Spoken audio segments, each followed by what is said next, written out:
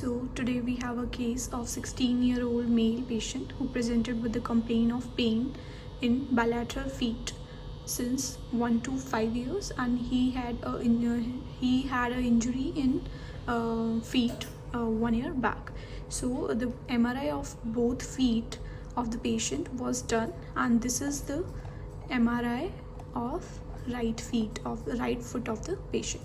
So the above two sequences, these are the T1 sequences. The first one, I'm putting the cursor on, is the T1 coronal, and this one, second one, is the T1 sag.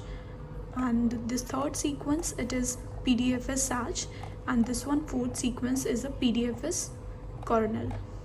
So in the PDFS signal, the striking abnormality that we see at first glance is multifocal PDFS hyperintensity in tarsal and metatarsal bones of the foot. So we see the PDFS hyperintensity in talus, most of it in the anterior process of the calcaneum, posterior tuberosity of the calcaneum. So in the coronal, we can see very well this PDFS hyperintensity in the talus, on the lateral posterior tuberosity of the calcaneum, in cuboid as well. And if we put the 3D cursor in the PDFS hyperintensity signal of the calcaneum, so corresponding we have some subtle, ill-defined trabeculae.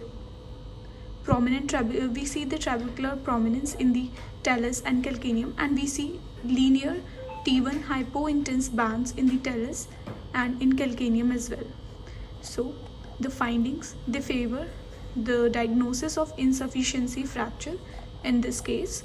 And this is the MRI that I just gave detail, was of the right foot, and in the MRI left foot we have the similar finding. We have the PDFS hyperintense signal in the calcaneum and corresponding T1 linear hypointense T1 hypointense bands on the T1 weighted images in corresponding areas. So this patient is having bilateral calcaneal insufficiency fractures with insufficiency fracture of the talus and cuboid on right as well.